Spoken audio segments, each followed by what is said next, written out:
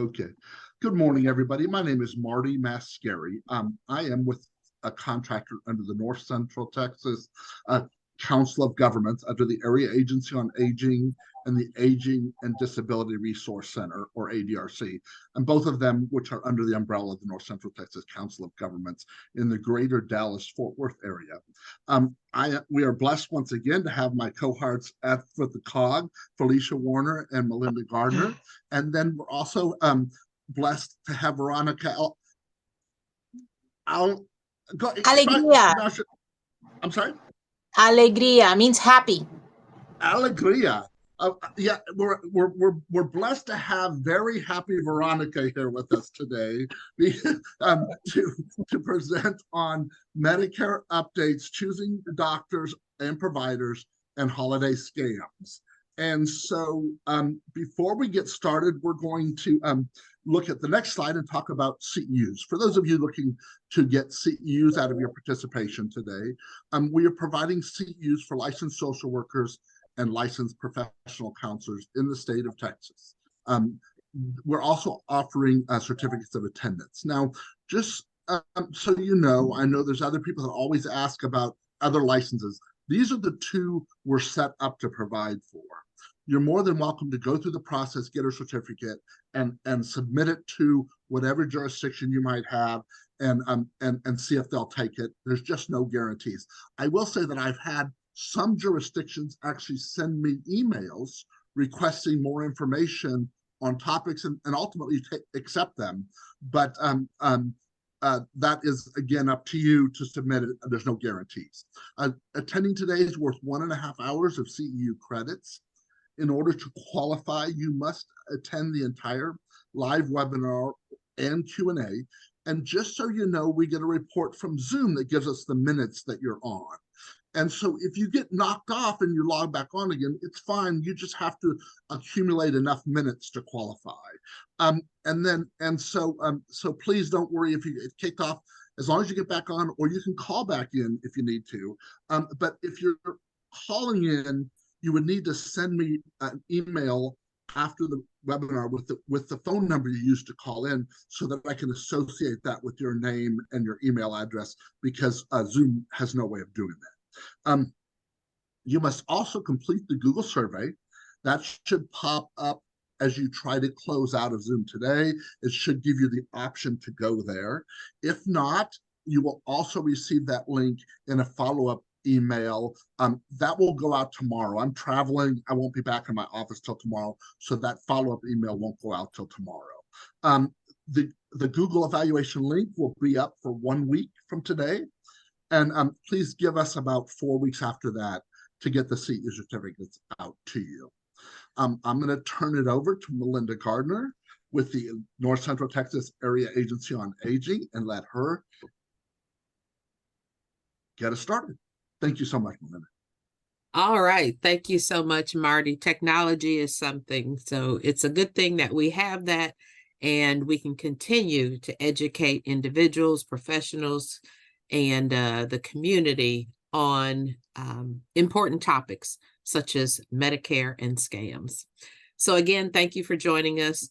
We have a core benefits counseling team, and they're listed there, and we actually are adding to that because we do have a new employee, and she probably will presenting sometime in the future.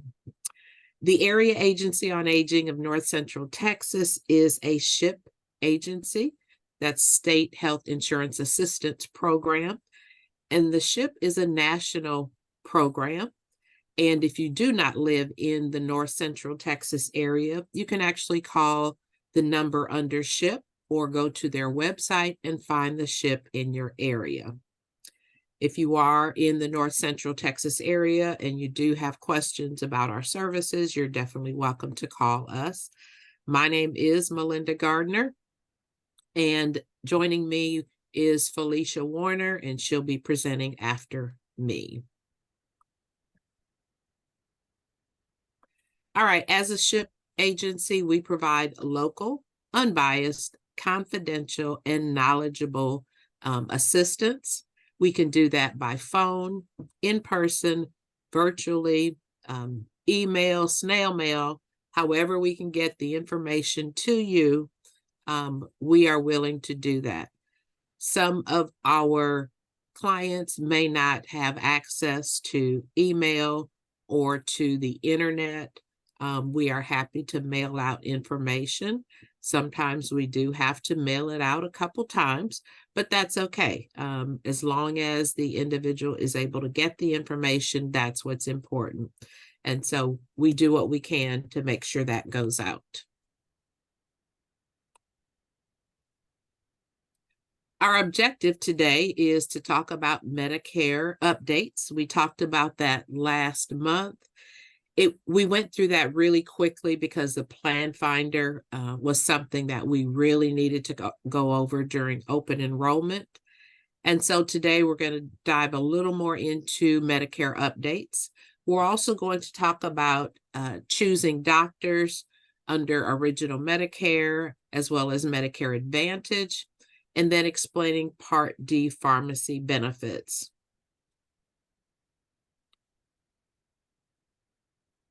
So let's start off with Part A. Part A is hospitalization insurance. So anytime you're admitted into the hospital, you may have a cost if you do not have other insurance. That includes a supplement, that could include Medicaid. So if you do not have other insurance, you will have a deductible of $1,632 for 2024. That is an increase from 2023, and that covers a 60-day period. As you can see, on day 61, there is a different cost, and that's a copay, and that's $408. So days 61 through 90, that is a per day rate that an individual is responsible for if they do not have other insurance. After day 90, then there is an additional per day copay, and that goes up to $816 for 2024. Up to day 150. After 150 days in the hospital, an individual is responsible for that full cost unless maybe they have long-term care insurance or some other insurance to cover those costs.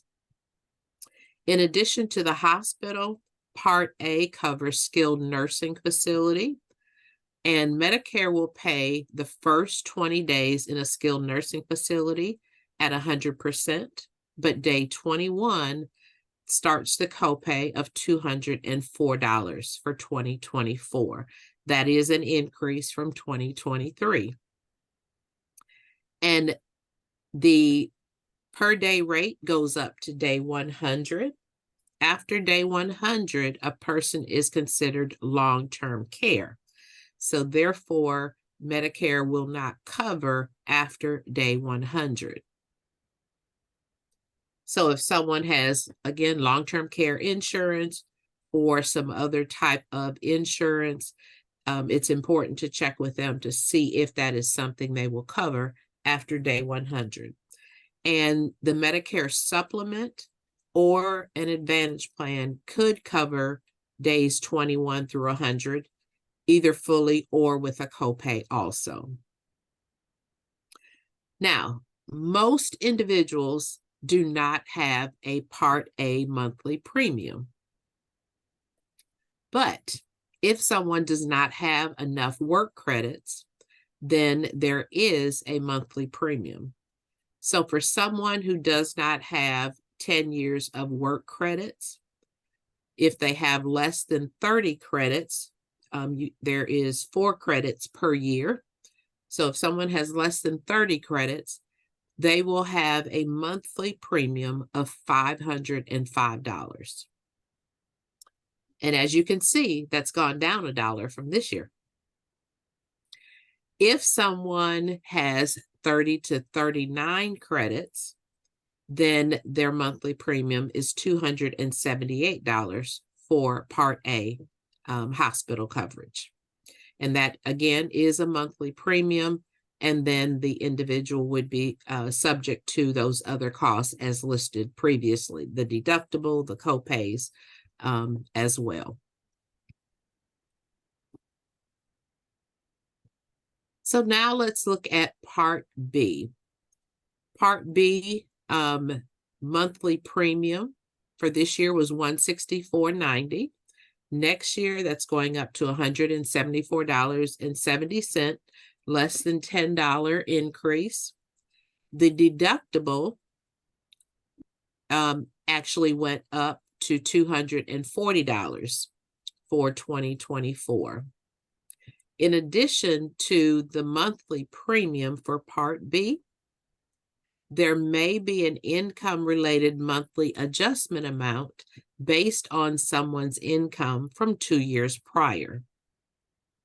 Now, there is a small percentage of individuals who pay this income-related monthly adjustment amount, or it's called IRMA. As you can see in the chart on the right, if an individual has income more than $103,000, then they will pay a higher monthly premium. If a couple has income twice that amount, they will have an additional monthly premium, and that is an individual premium.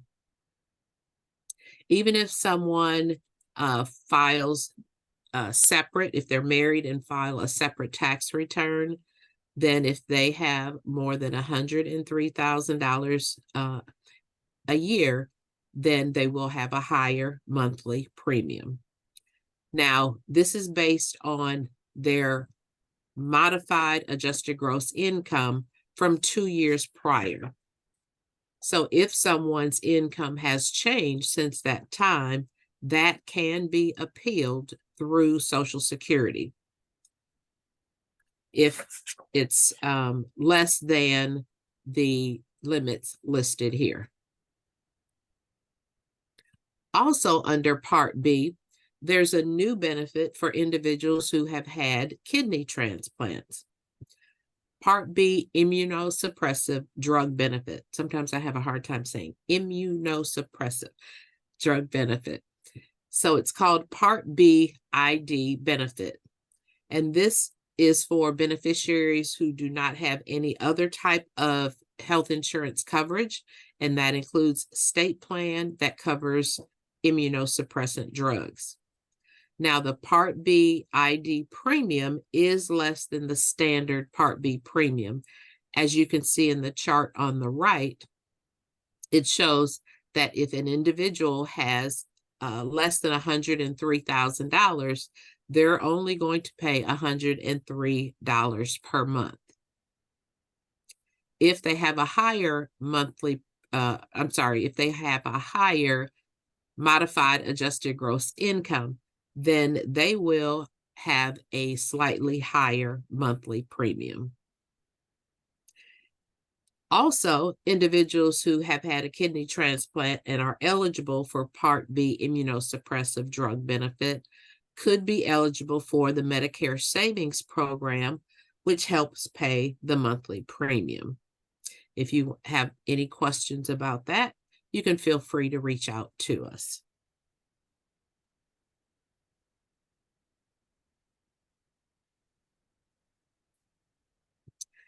In addition to Part A, hospital, and Part B, medical, we also have Part D, prescription drug coverage. Now, the national base beneficiary premium for the Part D is $34.70 for next year, for 2024. But the Texas average basic premium is $28.37, which is less than the national base premium. Now, these numbers are important if someone is possibly receiving assistance with their prescriptions, then they may be able to get some help based on that national base beneficiary premium amount. Also, in 2024, individuals will pay 25% of covered generic drugs or brand name drugs if they're in the coverage gap. that could be more than what they were paying prior to the coverage gap, or it could be less. So it really depends on the prescription itself. Another change that is taking place for next year in 2024 is if someone reaches the catastrophic coverage phase, there will be no copayment. No copayment once they reach the catastrophic coverage.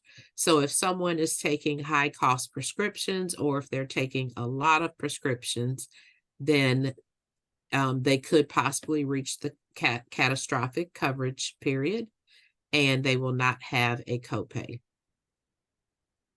The deductible for Part D has increased to $545 for 2024. That doesn't mean every plan has that deductible, but that's the highest that the plans have. And the initial coverage limit is $5,030, which is an increase from this year, 2023. I'm thinking we're already into 2024.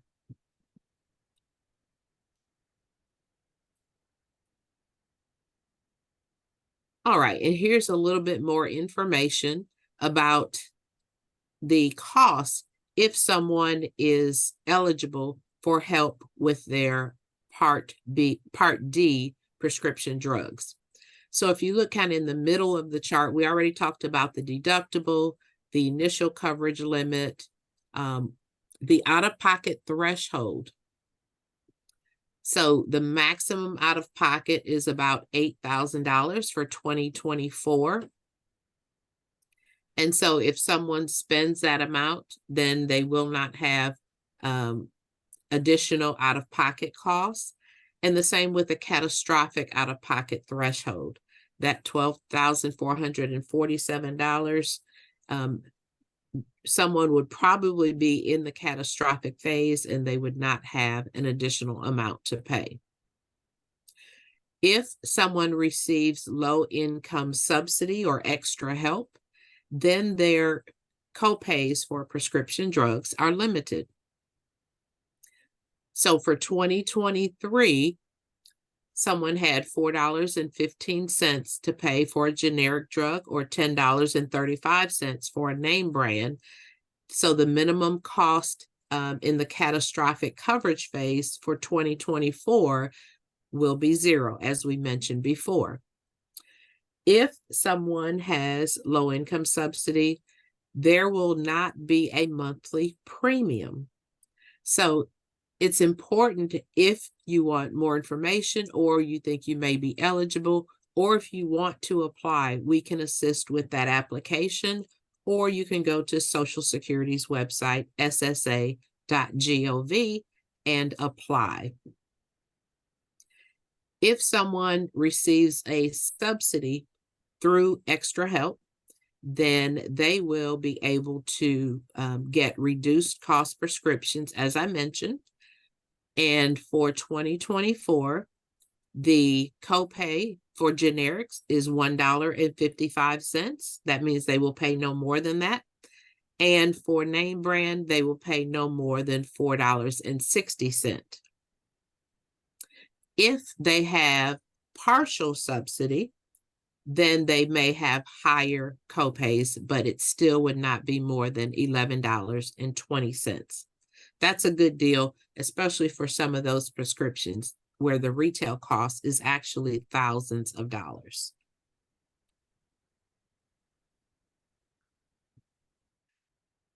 So here it talks about the IRMA for Part D. Not only does it apply for Part B, but it also applies for Part D. So based on, again, individual or couples modified adjusted gross income from 2 years prior, then they may have an additional monthly amount to pay in addition to their plan premium. So it starts at additional $12.90 if someone has income that is less than or equal to $129,000. Again, that is a small portion of the individuals who are on Medicare. So here is a summary of the Medicare prescription drug provisions of the Inflation Reduction Act, which has definitely helped reduce the cost of prescriptions for beneficiaries. So in 2023, this year, if someone was on diabetic products, insulin, then their cost would be no more than $35. Now, I know in previous years that could cost up to a couple $100 a month for individuals who are on insulin. However, with the Inflation Reduction Act, that cost is no more than $35 for those products that are actually on the formulary. So it is important to do a plan review every year to make sure your prescriptions are covered and they have not increased in price. So 2024, the catastrophic period, that 5% copay will be eliminated, as we mentioned. And for those individuals who are on Part D low income subsidy, then there is no premium for those who are on full subsidy, as well as those who are on partial subsidy. And the premium growth is limited to no more than 6% per year. So Medicare is really trying to cap the cost for beneficiaries because those costs were getting out of hand for individuals who are on limited income. Now, 2025, there's even better news coming. The out-of-pocket cost for Part D will be limited to $2,000 per year. This is a huge step with the Inflation Reduction Act to help individuals not have to pay so much out of pocket for their prescription drugs. So watch for that. I still suggest doing a plan review every year to make sure you are getting the plan that works best for you as far as prescription drug benefit. And then in 2026, Medicare is going to negotiate with drug manufacturers for the price of Part D and Part B drugs. So they've already started doing Part D drugs, but it's now also going to include Part B drugs in 2026.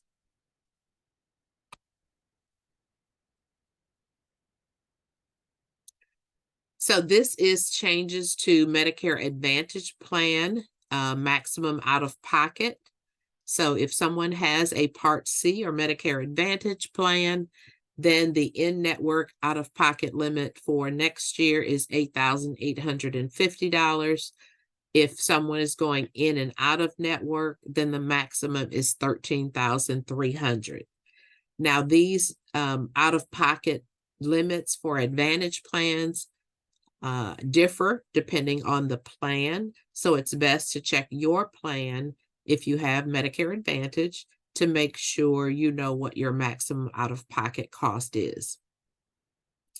Also, the Medicare Advantage plans must count secondary coverage in calculating those maximum out-of-pocket costs, which is good because then that will help you get to that maximum, and then you don't have any other cost to pay if you do get to that. And it only applies to Part A as well as Part B services, not Part D. And I do have to say most people will have Part D included in their Medicare Advantage plan, but the maximum out-of-pocket does not apply to Part D.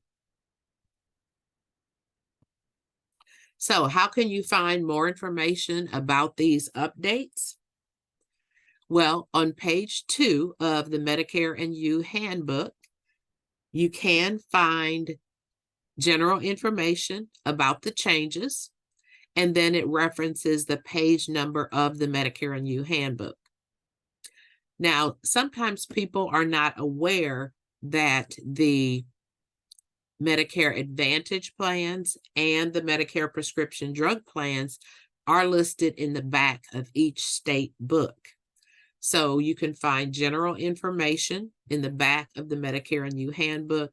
So if you're having someone talking to you about the plans that are available, you can always verify that that plan truly exists and the cost of the plan by looking in the Medicare and You handbook, whether that be a Medicare Advantage plan or whether that be a Part D prescription drug plan. So it's good to verify using the Medicare and You handbook.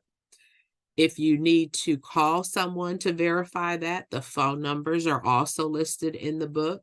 So you don't have to depend on maybe a voicemail that you received or someone coming to your door to talk to you about a plan, or if they give you a phone number to call, you can always go to your Medicare and You handbook, the official guide to Medicare. All right, so we talked about the Medicare updates, the cost, and we are going to now go into choosing doctors and other providers. And I'll turn it over to Felicia to provide us with that information. Thank you so much, Melinda. Good morning, everyone. I am going to cover choosing doctors and other providers, and I want to add wisely because we know how important our primary doctors are, the specialists that we see, the hospitals that we go to. So you can always use the Medicare.gov website and you can compare and look at your options about the doctors and hospitals, durable medical equipment. And there's just things that you just need to keep an eye out for. So depending on your coverage, and we'll go to the next slide. Depending on your coverage, you'll have different considerations when choosing a healthcare provider, your doctor, your primary care physician, your hospital, and of course, your medical equipment. So you can review some of these factors that affect you and your loved ones to make sure your care is covered and your cost is at the lowest it can be. It might be $5 difference, but $5 does make a difference. So remember to trust yourself, do your research, and be in touch with your feelings about choosing a doctor. Not every doctor is going to work for you. And I like to keep it very simple. I will drop a doctor like a hot brick if they are not caring for my husband or myself. So again, I understand that you need to make sure that your doctor, your providers are working on your behalf. So we'll go to the next slide.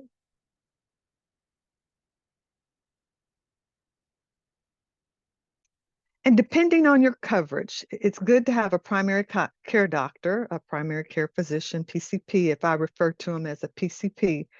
And there are different kinds of doctors and with different backgrounds and areas of focus, such as family medicine doctor, internal medicine doctor.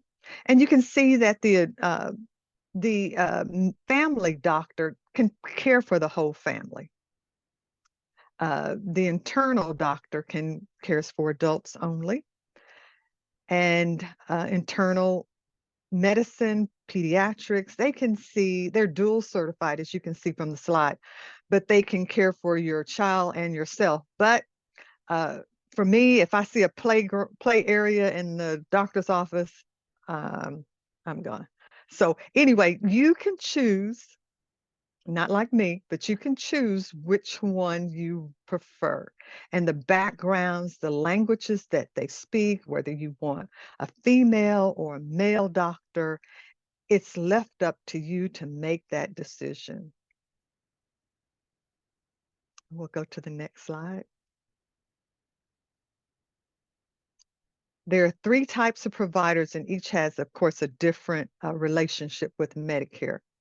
And that's participating providers, non-participating providers, and those providers that opt out. And we'll take a look at each one of those. And again, there are 3 types of providers, and we'll just move on. Participating providers. You always want the ones that are participating. And you might have a preference for non-participating providers, and we'll go over all that also because there are more costs involved if you choose a doctor who is not a participating provider. And then the doctors that opt out of the network, Medicare. So let's take an in-depth look at each one of those. And I think this is going to be good information for everyone to have regarding participating. I'm sorry, Melinda, if I've gotten ahead of you. Participating providers. So I always like to say, I don't know what's in your wallet, but you pay the least amount you can to get the quality care that you want from a participating provider. Participating providers accept Medicare and always take assignment. So you'll want to ask the office staff when you call in to make an appointment if this is a new doctor for you, or if you're just checking to make sure that doctor is still participating in your plan, in Medicare. And it's always good to check. When you receive a bill, if you receive a bill from your care from participating providers, Medicare will process the bill and pay the provider the 80%, and then the costs of your care, and then you're responsible for the 20%. So you'll always want to choose a doctor that is participating in Medicare. It's very important. And we'll go to the next slide. And that again says accepts Medicare and always takes assignment. And that's the one you want, the approved amount for Medicare services as a full payment. So you can get that 80% paid, and then you're responsible for the 20%. Okay. And again, they must submit a bill to Medicare. You're not responsible for that, which is a good thing. And Medicare processes the bill and pays the provider, again, the 80% of the cost of the care that you receive. And that keeps your costs lower, again, by participating providers.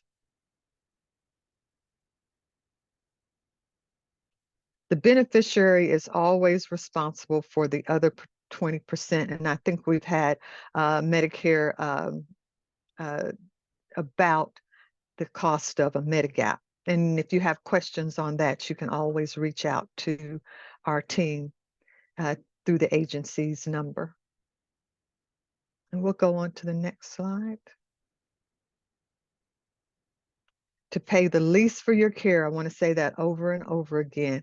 You want quality health care, but you want to pay the least amount for it.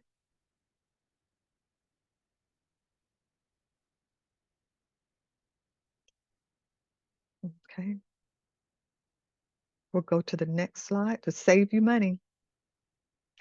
Okay, we're at non-participating providers. These are, on the other hand, they accept Medicare, but they do not take assignment. That means they can charge, and get this, they can charge up to 15% more for Medicare's approved services, amount for approved services. In other words, it could cost you up to 35% more for the cost of your Medicare approved services. And that's just not the 20%. Instead of that, it's the 35%. So that can mean a lot to an individual who chooses a non-participating provider. And if that's what you want to do, then of course that's fine, but just be aware when you are making that decision that this is going to cost you more. And we'll go on to the next slide. Of course, the non-participating provider accept Medicare, but they don't have to take the assignment. And again, we went over this. They can charge up to 15% more for the Medicaid approved amount. The amount owed, again, can be up to 35% of the cost of the Medicare approved amount for the services instead of just the 20%. Very important, just the 20%. It could go up that high, 35% more. So you want to be aware of all of those factors when you are choosing a doctor.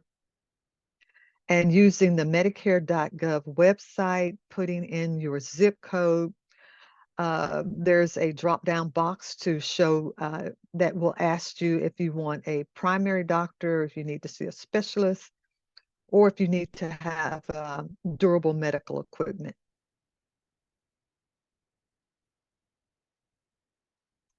So the opt-out providers, and we'll go to the next slide.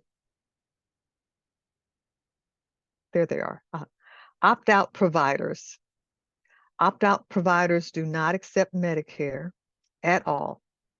These providers have signed an agreement to be excluded from the Medicare program, and Medicare will not pay for the care you receive from an opt-out provider, except in emergencies. And hey, they will not reimburse you. So it's a personal decision. If that's what you want to do, you can. But remember, if the provider has opted out, Medicare just basically just says you're on your own, and you will not be reimbursed. And these providers they can charge whatever they want to for the services that you receive. So just be careful when you're making that decision. So we'll go to the next slide. Okay, we went over that. Does not accept Medicare at all. And we'll just go through those real quick. Can charge whatever they want for the services, following certain rules. But rule of thumb, unless you just have to see that doctor and you want to see that doctor and you can pay for it out of pocket, then you're certainly welcome to do that. And of course, they've signed an agreement to be excluded. So we'll go moving forward. And again, Medicare will not pay for the care you receive from an opt-out provider, except in emergencies.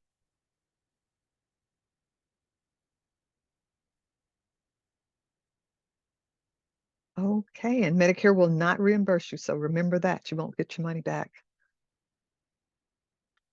If you need help finding a doctor or provider on Original Medicare, you can call 1-800-MEDICARE or use the Medicare online care and compare, I'm gonna get that right, tool, and the link is included in our slides. So if you need more assistance, you can call us or you can call, of course, Medicare. They're open 24 hours, 7 days a week.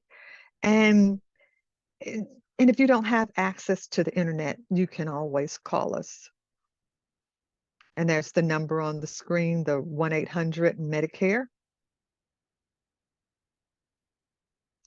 And using Medicare's online care and compare tool at www.medicare.gov.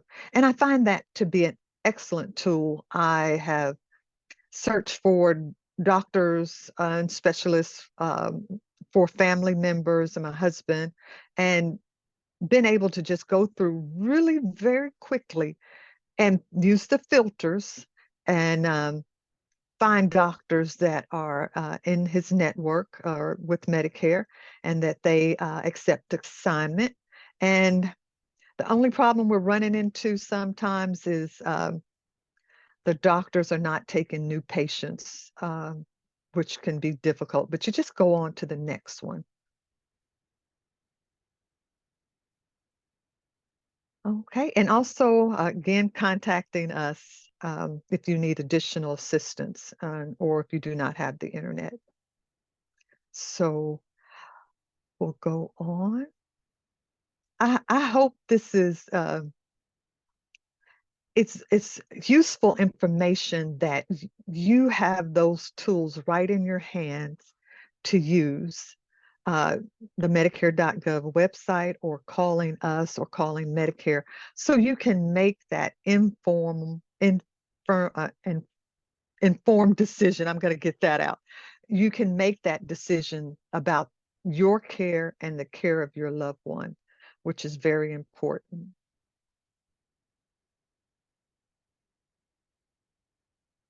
And there's some more information. Other options include the American Medical Association and the American Board of Medical Specialties.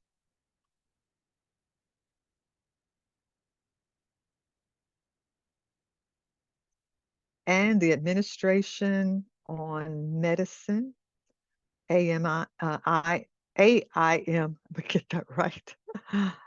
So you can use those websites to locate doctors and find out more information, find a specialty doctor.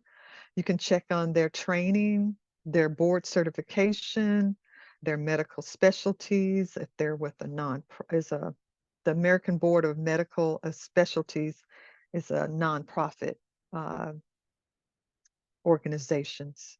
So there's a lot you can find that information. These searches are easy to conduct and well worth your while if you don't find information from Medicare.gov or calling us or using the Compare and Compare tool on Medicare.gov. So we'll go to the next one. I was speaking about original Medicare, so we're going to look at Medicare Advantage, also called Part C or health plan. So with Medicare Advantage, it's best, with the Medicare Advantage, which is a HMO, MSA, PPO, a PFFS, and a special, SNP, which is special needs plan, you can, it's best to check with your plan if you have any questions about what services your doctor will help you with and how much it will pay. Medicare Advantage works best if you stay in network. I know some people don't like the flexibility of original Medicare, but if you have a Medicare Advantage plan, it's best to stay in network using a network provider, in-network labs, in-network hospitals, medical facilities, anything that the plan contracts with that organization to provide services to make sure you are in network. And remember, each Medicare Advantage plan is different and they have different network rules. And it's just best to know what your rights are and responsibilities in regard to the Medicare Advantage, because some of the lower costs are really, really good when it goes smoothly, but it can turn and go really, really bad if you go out of network and you're fully responsible for the cost of your visit, depending on what type of care you get. So we'll go to the next slide. I think I pretty much went over that It's important to choose an in-network provider. Groups of doctors, hospitals, medical facilities that contract with a plan to provide services. Each type of Medicare Advantage plan has different rules.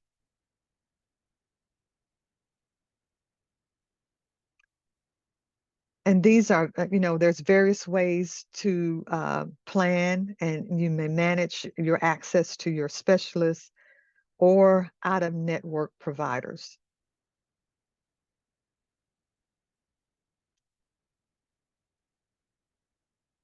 Okay, and Medicare Advantage, remember, with Medicare Advantage, your costs are typically the lowest when you use in-network providers and facilities, regardless of your plan type. Of course, you want to ask detailed questions, and it's important to note that not all Medicare Advantage plans work the same way.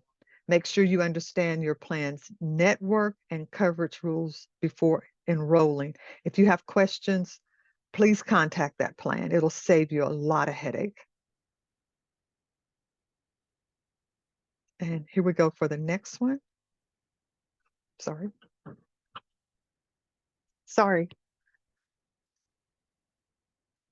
No, I'm sorry. I apologize, everyone. That's my husband asking me a question. We'll go to the next one. With Medicare Advantage plans, these are making sure, again, that you understand your plan's network and coverage rules. And again, typically the lowest cost is when you use an in-network provider. We'll go to the next slide. And it's basically, I'm just reiterating, not all Medicare Advantage plans work the same way. It's important to understand your plan's network and coverage rules before enrolling. You can always contact the plan for more information, and I do advise, strongly suggest that you do that if you have any questions, and you can contact them. And the numbers are always on the back of your card, or you can go to the Medicare and You handbook.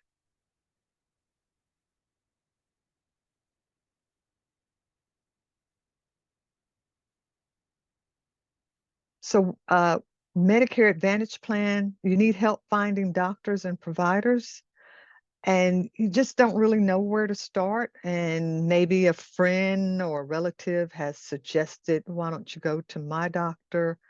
And that would be fine and dandy if they accept Medicare Advantage. So you'll have to call, and just not call on the phone and just say, I want to make an appointment. They generally will ask what type of insurance, or are you paying cash? But you need to let the staff know if you have a Medicare Advantage plan and if the doctor is accepting that plan. You can contact the plan for a list of in-network doctors. But keep in mind, these providers may not be accepting new clients, which I've run into.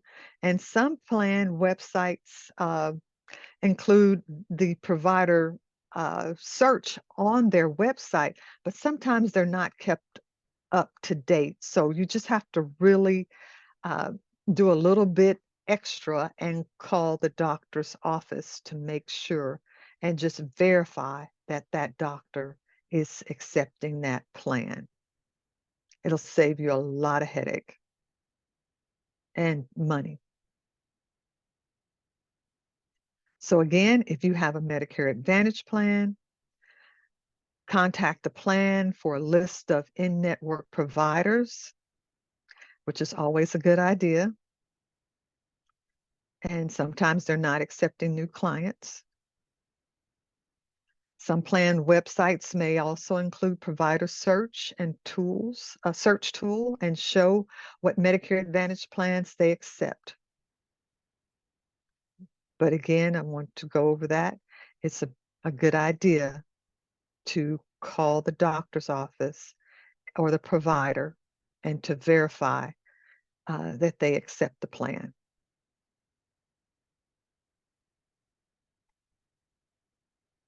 Okay. So we're wrapping up. And another consideration is the Part D prescriptions. In network, your preferred pharmacies, and I'm sure we've all gone through this, well, not all of us, but we who have gone through the open enrollment and been just astonished that some individuals choose one pharmacy for all of their prescriptions when that pharmacy is out of network or just network. It's not the preferred cost sharing network that you should be using for your prescriptions. And I understand that you like the pharmacist, you like the staff, and it's easy in and out. But if you are looking to lower your costs, you will always use a preferred in-network pharmacy. Part D plans generally have networks of pharmacies that they contract with to provide covered medications. And many pharmacy networks include pharmacies that have lower preferred cost sharing, and you typically pay less. And I don't know why anybody wouldn't want to, but it's left up to the individual to choose that. With a Medicare standalone prescription drug plan, you can choose an in-network pharmacy and look for pharmacies. I strongly suggest it. Look for pharmacies with preferred cost sharing. And I think the slides pretty much explain that better than I am, that this is so important when you are going to the pharmacy. Sometimes we'll go to the doctor's office and we'll need a prescription, and you have no idea what it's going to cost you. And you get to the counter and and the person at the desk at the cashier will say, "Oh, that's $700," and then you just about pass out. I know I would, but if you're not using your preferred pharmacy, that can happen. And these generally, again, have networks of pharmacies that they contract with to provide covered medications. Many pharmacy networks include pharmacies that offer lower, and here's that word again, preferred cost sharing. And that will lower your costs.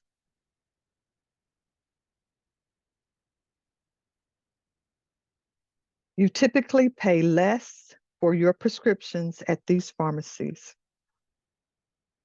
And it might be the mail-in. The mail-in works generally, I know with the hot and cold here in Texas, and just anywhere else really, that your prescriptions, you don't want them sitting in the mailbox. So your pharmacy will text you or email you that your prescriptions are being shipped, and then they will email you, and it's according to how you want to be notified. And I'm not pushing mail-in at all. It's just one of those conveniences, and it will email you or text you that your prescription is in your mailbox. So again, we'll look at if you have issues again with covering your medications at the pharmacy. You can contact your Plan D using the phone number that's on the back of the card for your Medicare or your Medicare and You handbook.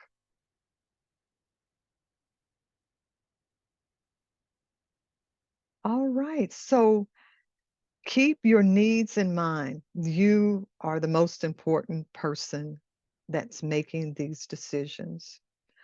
Every person is unique, and their healthcare needs change as people age. Yeah. And ask your doctor about his or her specialties or areas of interest to make sure they're a match for what you really need. Some primary doctors focus on sports medicine. Nah, not me. But which is great. But if you're not a serious athlete like myself, that might not be the right choice for you. So just keep that in mind when you're making a decision about your health care. You are unique and everyone is different. So again, your needs change over time. So that makes a difference. What was when you were 20 might not be the same as interest when you're 60. So just kind of make sure you have that in mind when you are choosing your doctor, and just keep your needs in mind. I think that's a great point to start ending this presentation on. Keep your needs in mind. Pharmacy and prescription drug fraud, errors, and abuse. So, not always, but sometimes this happens. Medicare pharmacy or the prescription drug fraud occurs when it's confusing. You want to help protect yourself from the pharmacy and the prescription drug fraud and errors and abuse, and you want to do that. And you may have some issues with it. You can always call Senior Medicare Patrol, and Veronica is going to talk about that wonderful program here later. And your Medicare pharmacy or prescription drug fraud occurs when Medicare is billed for a prescription that you did not receive. You didn't get it, or you had a different medication. So just be aware of what you're picking up from the pharmacy, and that's what the doctor has prescribed for you. And not often, but you can be on purpose given a different medication than the one your doctor prescribed. And we hope that doesn't happen often, but it does happen in those rare cases.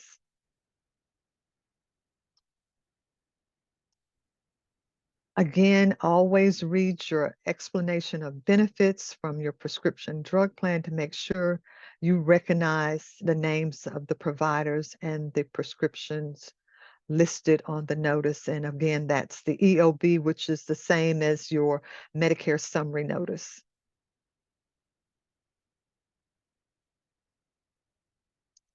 Again, a pharmacy and prescription drug fraud, errors, and abuse. And just let me give you an example.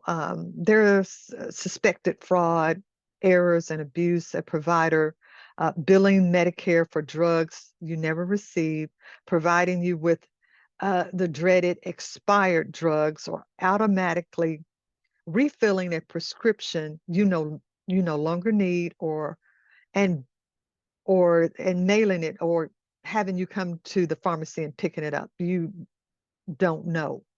And then billing Medicare, a pharmacy providing you with less medication than prescribed, a company offering you free or discount prescriptions without a prescription. How does that work?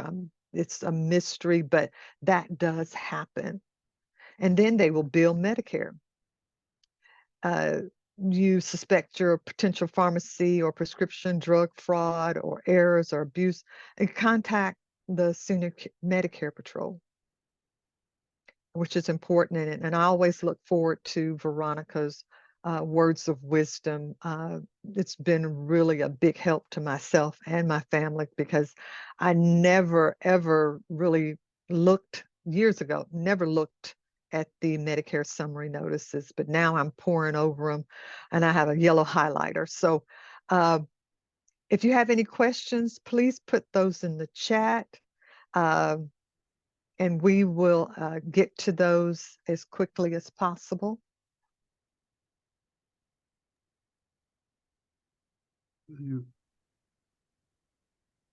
Veronica, I think you're going to be up next, right? Go ahead. Thank you Yes. very much, Felicia, for that and for filling in for us at the last minute. You did a great job. And now Thank I'm you. turn it over to Veronica to give us more information about scams. And this is holiday scams. Thank you, Veronica. Good morning, everyone. Thanks for inviting me today. And we're going to be covering top holiday scams of 2023. It's that time of year now, so we're going to be bombarded with emails, text messages, phone calls from potential scammers. Am I controlling the slideshow? Yes, you should have access. Okay.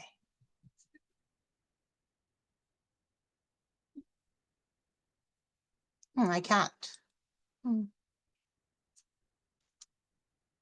Oh, it's not letting me. Well, I saw it showed up at the bottom of the screen here just a second ago. Go ahead. All right. Yeah, sharing. Okay, now try it. Can you see the arrows at the bottom of your screen? Bottom left. No. There's no arrows. The cursor If you put your cursor over Right here. there it is. There you are.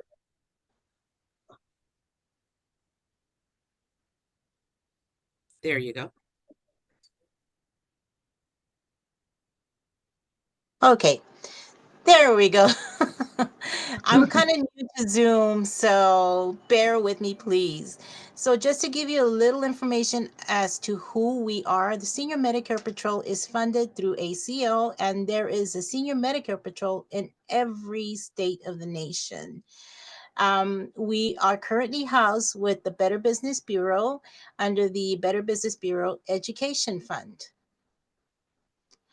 And our mission is to empower Medicare beneficiaries, their families, caregivers, to prevent, detect, and report healthcare fraud, errors, and abuse through outreach, counseling, and education. Medicare fraud currently is a huge problem in the United States, to the tune of $60 billion. That money, the figure of money is unimaginable to me. I cannot seem to imagine that amount of money, which is really scary to know that Medicare loses that amount of money every year due to fraudulent claims and erroneous claims.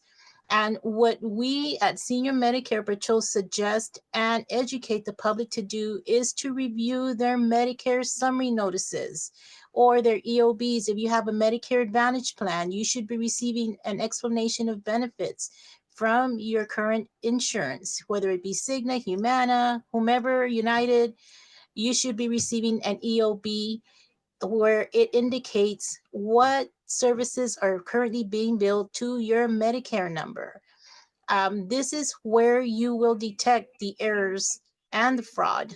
So we encourage everyone not to set them aside. I know that when people receive these summary notices, it indicates that it is not a bill. So we tend to just set it aside, give it little importance, but in all actuality, it is very detrimental that you review those summary notices, because this is where you're going to capture these frauds. And along with Medicare fraud, around this time of year, we have to deal with scammers. And what do these scammers want? They want your money in the form of gift cards, credit card information, They're looking for your bank account information, your social security numbers, Medicare numbers, especially, and your date of birth, because all this allows them to profit from your information to gain access to money that they would not have without your personal information. So be careful with whom you share this information with.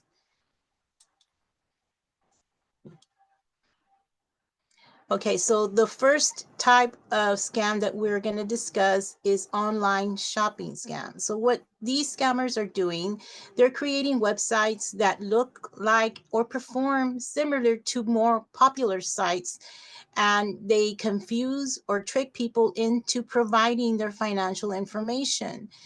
These they're offer certain items at low cost. Let's say maybe a designer bag for a fraction of the cost. So people fall for these. You know, if it sounds too good to be true, it probably is.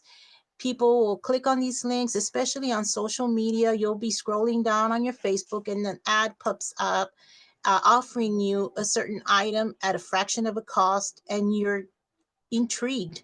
So you click on it. Next thing you know, you're in the process of purchasing these items.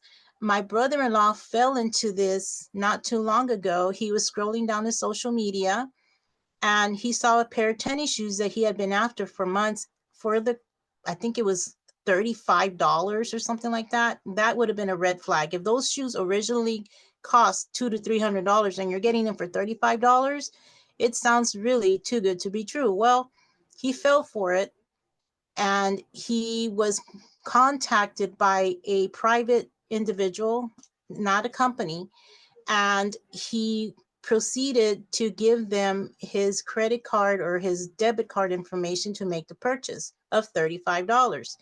Well, in the end, his debit card was charged for $1,500 that he had a very difficult time retrieving because he'd not used a credit card. Whenever shopping online, we always encourage people to use their credit cards only because credit cards offer more protection in such types of scams versus going through a bank card, or even one of the most popular ones right now is like Cash App, Venmo, Zelle. Those type of uh, money cards do not have added protection against the type of scams.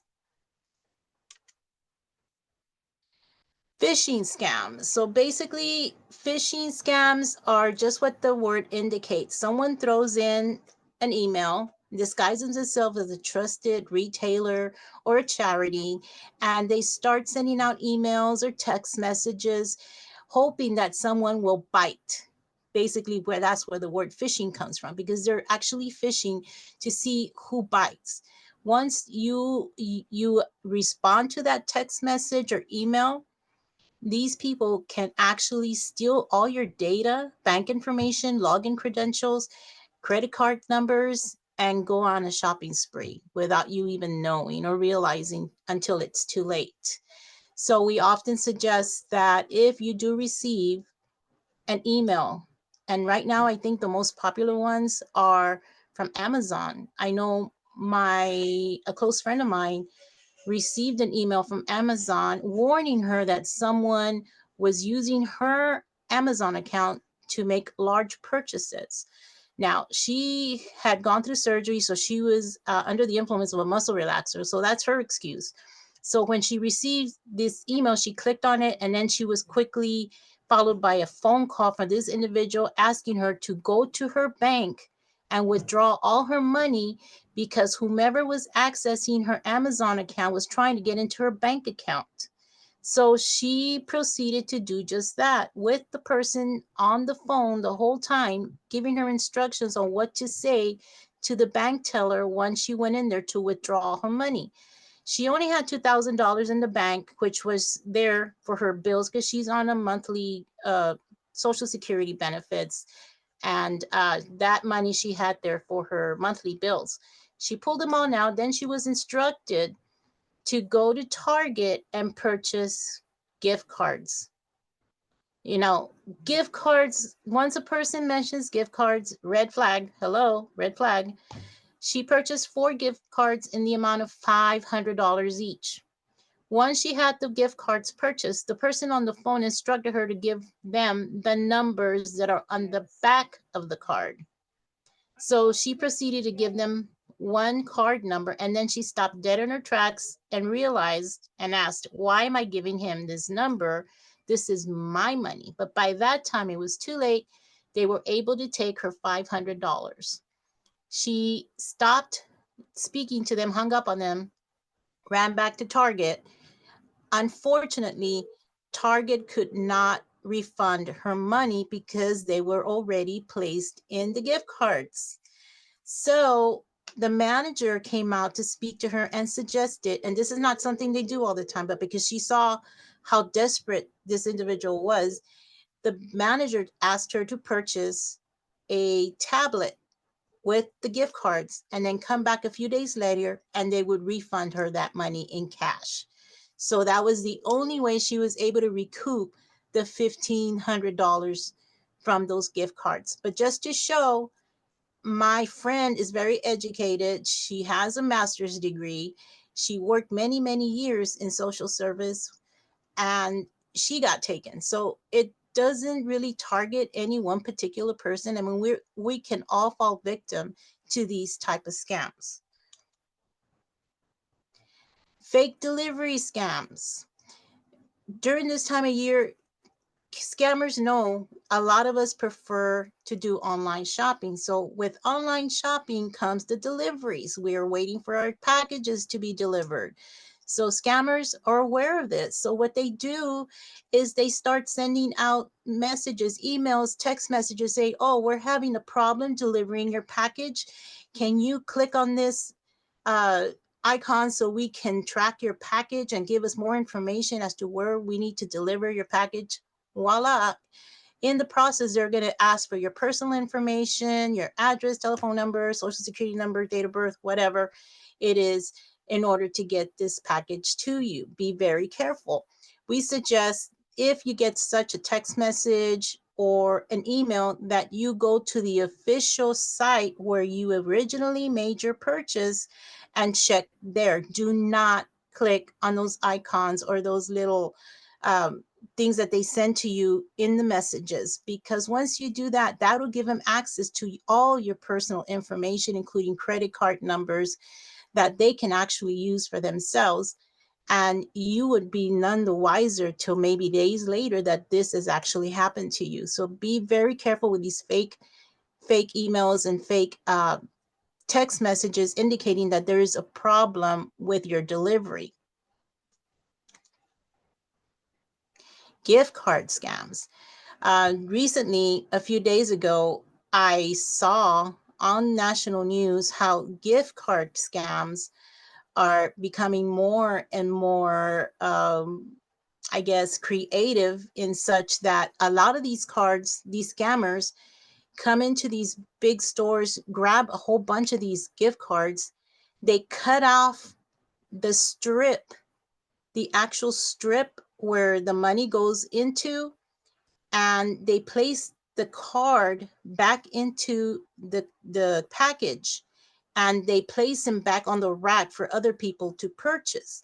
Now, what's happening is that once the money gets loaded into that gift card, it goes to the scammer because they have the little strip that is actually used to make purchases or upload money onto. So people are losing out on their money when they go purchase these gifts. So what we are asking or suggesting people do is to make sure they open the card at the cash register to make sure that the card is intact and not missing a piece. If the card is missing a piece, then of course you're not going to want to purchase it, because there's no way that you'll be able to recoup your money once you've downloaded it into a card that has fallen into the hands of a scammer. So another way that they're getting people with gift cards is you're having people call or send messages indicating that you have overdue taxes, mortgage payments, or maybe you even have a warrant for your arrest, and the only way to get out of it is to make a payment through a gift card. So again, when someone is asking you to make a payment in the form of a gift card, it is usually a red flag. And the reason that they do gift cards is because they're untraceable. Once the money goes in, it's gone. There's no protections. So be very wary of anyone asking for payment in the form of gift cards. Overpayment scams. So this usually happens when you make a purchase online, usually social media. Let's say someone is buying a piece of furniture in the amount of $200, and they'll issue a check in the amount of $300. And they'll say, you know what? I wrote you a check by mistake in the amount of $300. Let me go ahead and send that, but just give me whatever the extra back to me. So what happens usually is that this check is going to bounce and you're going to be out the whole amount of money. Or they'll say, I'm going to Zelle you $300. Can you just, I accidentally Zelled you $300. Can you Zelle me back the 100 that I sent you? And they end up taking everything instead of the 300. Let's say you had $1,000. Well, instead of the 100, they're going to end up with 1,000. It's called a reverse Zelle transaction. So it happens. Just be very wary when making these type of purchases online. Ask questions. Try not to use Cash App, Zelle, or use your personal bank information to make these type of purchases, because that gives the scammer access to all your assets. Charity scams. So this time of year, we're usually feeling really generous. We want to give to certain charities, and we get hit with a lot of emails and commercials and text messages asking for us to give to certain charities. Now, I'm not saying that all charities are a scam. They're not. You can go on to give.org, that's give.org, to actually look up a certain charity that you might be wanting to donate to make sure that they are on the up and up. We have we used to have Feed the Children. We have Jude, St. Jude's. We have so many that are out there right now asking for donations during the Christmas holidays. So just protect yourselves and make sure that the organization that you're thinking of donating to is an actual charity. Excuse me. Travel related scams. So, of course, during this time of year, we look to travel to visit our loved ones. And in the process, we'll usually book an Airbnb, hotel online to save us time. And it's more convenient. You know, going online is a lot easier than having to run around looking for hotels or whatever. So we tend to go online to book these hotels and Airbnbs. Be careful. Make sure that the site that you are actually visiting is the actual Airbnb site.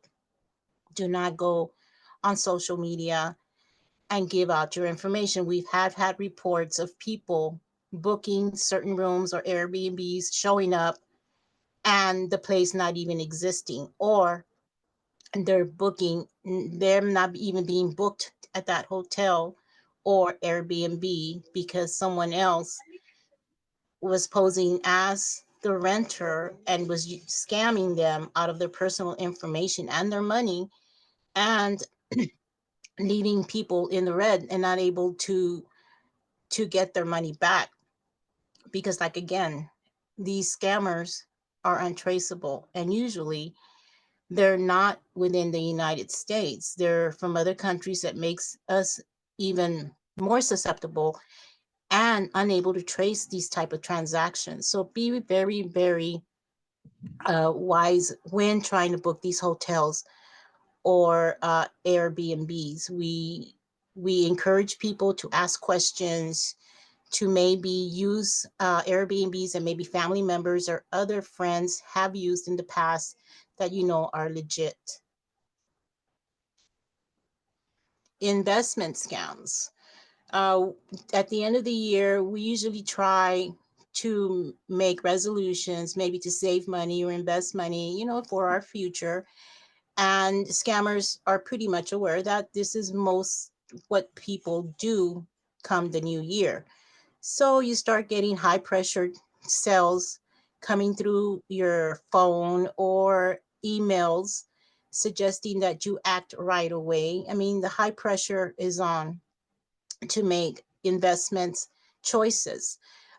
Please be aware that if it's a high pressure sales and they're telling you you need to act today, this offer will not be on the table tomorrow type of thing, you know, it's mostly they're not acting on your best interest versus they're acting on their best interest or pressuring you to make such a investment that might not even be real. So be wary of that.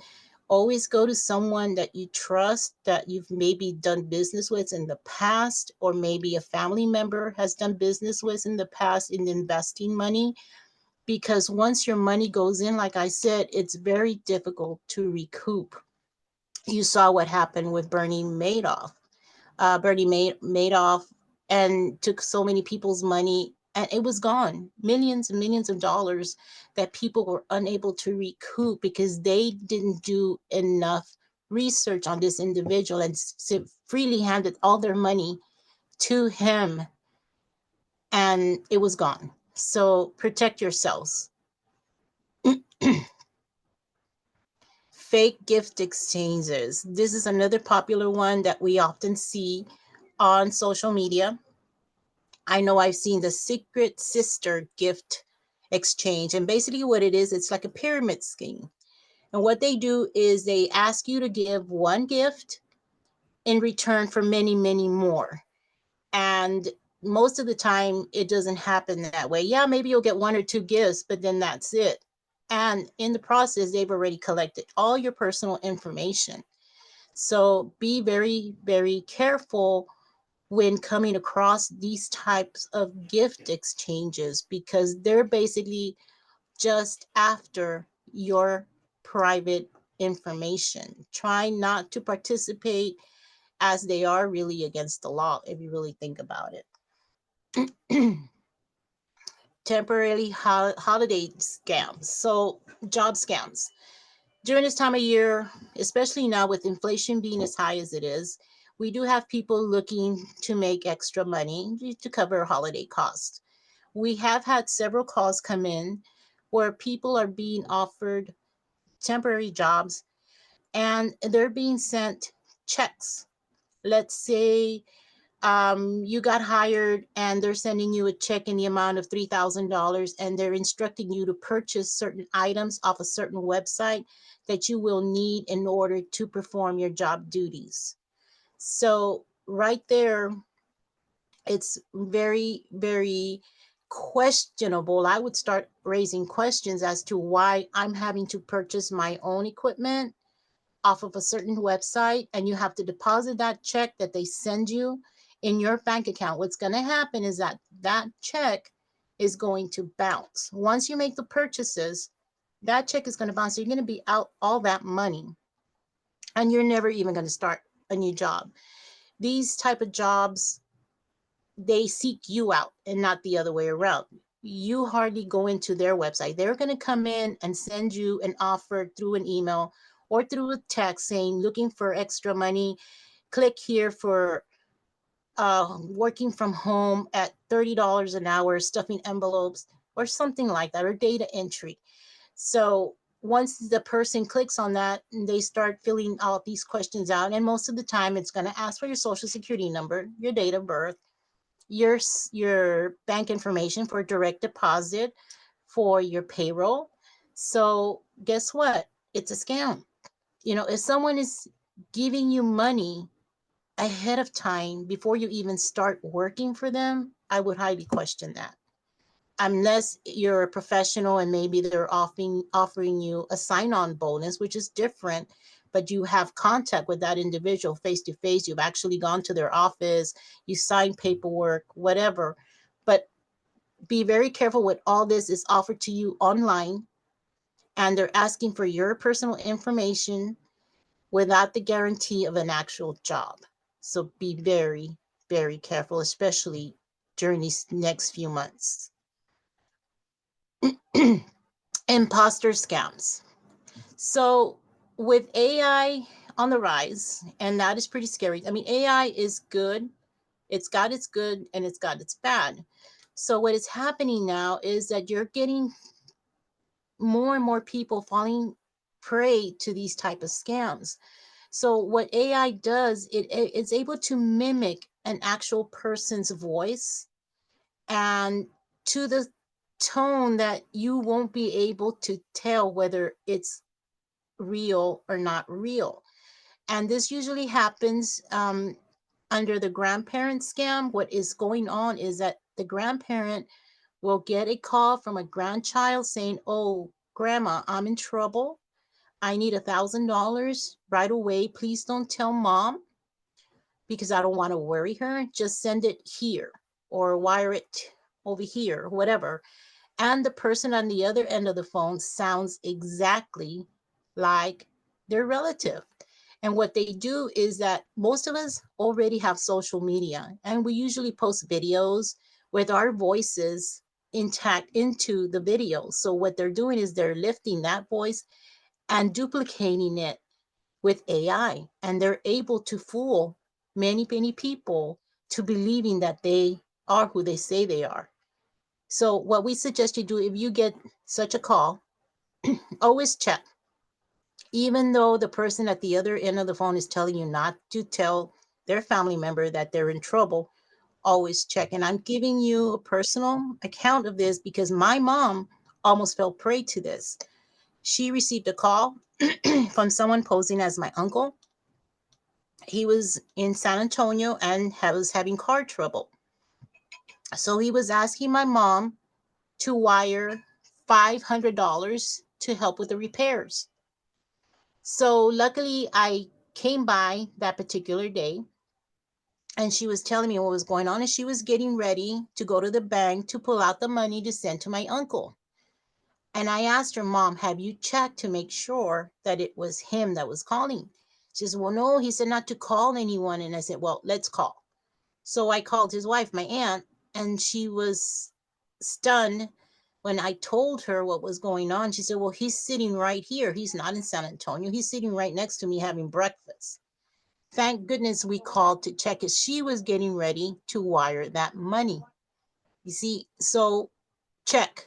Don't feel afraid to follow up with your family members, because in the long run, you're protecting yourself. You need to make sure that this person is really who they say they are. Monica, we're past our time. I don't know how much we have. Many more slides. I apologize. I don't have that in front of me. Oh, I think this is about the last one, I think. Okay, perfect. Go ahead. I'll go real quick. So we No have problem. the new pet scams. Be careful when purchasing pets online. A lot of times you're not going to get the pet. They're going to get your personal information. Everybody loves puppies during the Christmas. They think they're the perfect gift for our loved ones. But be careful when making such purchases online. Go to your humane society, save an animal. You know, they're usually getting ready to euthanize these poor animals. Try to rescue one, or go to a legitimate pet store that has them on hand and not something you're going to see online. So this is it. Thank you everyone for your time, and I hope everyone has a happy holiday. Stay safe and secure. Okay, if we could go to the Thank you. thank you so much, Veronica. Thank you, Felicia, both of you. That's what I want to do. I want to get these CEUs. Some people want to make sure that they understand what they have to do to get their CEUs. I guess we're about 5 minutes over. So just real quick, we're providing CEUs today for licensed social workers and licensed professional counselors in the state of Texas. We're also providing certificates of attendance. Please know that other people have gotten those licenses. You're more than welcome to do that. Use them for other licenses, but there's no guarantee. Today's webinar is worth 1.5 hours of CU credits. You must have completed the entire live webinar, and understand that I know we're going past time, and if you had to get off a few minutes early, that's not going to be a problem. You must complete the Google evaluation survey. That will be a problem, but you can do that as you're logging out today, or you can do that when you get the follow-up email from me tomorrow. You have 1 week from tomorrow to get that filled out, and then give us, if you would, about 4 weeks after that to get those certificates out to you. Did you guys have some questions you wanted? Veronica, I'm so sorry. I know we ran over time, and I hate to have to do that. Do you guys have any questions you want to answer? I didn't see any questions in the chat or the Q&A, and I do have to apologize as well. I didn't think ours would go that long, so we had to change at the last minute. So that was okay. We were able to get through it. Thank you, Felicia. I'll be more mindful. No, you're fine. I would like to reiterate of what Veronica said about the Amazon scam, because my mother did the exact same thing. She walked all the way through the thing. They got her bank account. They locked up her computer. We were never able to get into her computer again. No. They got the gift cards, both at the bank and at the pharmacy where she went to get the gift cards. She knew people there very well that worked there, and they tried to stop her, and she wouldn't listen to them. She listened to the person on the phone. Please, you all don't ever do that. Hang up. If it's real, it'll happen again a few minutes later, or ask them for their number and you'll call them back. But please check it out. We had, a long story short, my mother had some of the burial money for my dad, who had just passed away, the money that was still left to do the grave marker, and they got all of that money. They got about $4,000, and there's no way of getting it back once you do gift cards. There's just no way of getting it back. So go ahead. I'm sorry. Veronica, were you going to say something? Oh, no. Okay. Yeah, unfortunately, it's happening more and more because technology is being utilized more and more, and some older adults especially don't use that much technology, so they're not familiar with all the scams. But it's important to share this information with others so that they can be so they can not be a victim of scams, and so they can know the information about Medicare. So when someone calls them, they know exactly what to do. And that's to hang up the phone and use a known phone number if they want to find out more information. So it's important to share the information so that we can inform as many people as possible. I too have to go, so I'm sorry I have to be out. You have a graduation to go to. I got a late checkout to just get through this, and they've already knocked on the door once. I'm so sorry. You all, thank you so much, Marty. Thank you all, Felicia, Veronica. Thank you so much, Melinda. Thank you all for joining us. I hope you all have the greatest of holidays. Please look out for my email tomorrow. Thank you. Well, enjoy the graduation, and we'll see you next month for Medicare coverage, preventative services, and a scam-free New Year's for everybody, hopefully. So thank you all, and y'all have a wonderful day. All right. Be safe, Merry Marty. Christmas. Bye. Bye-bye. Happy holidays. Bye. Bye-bye.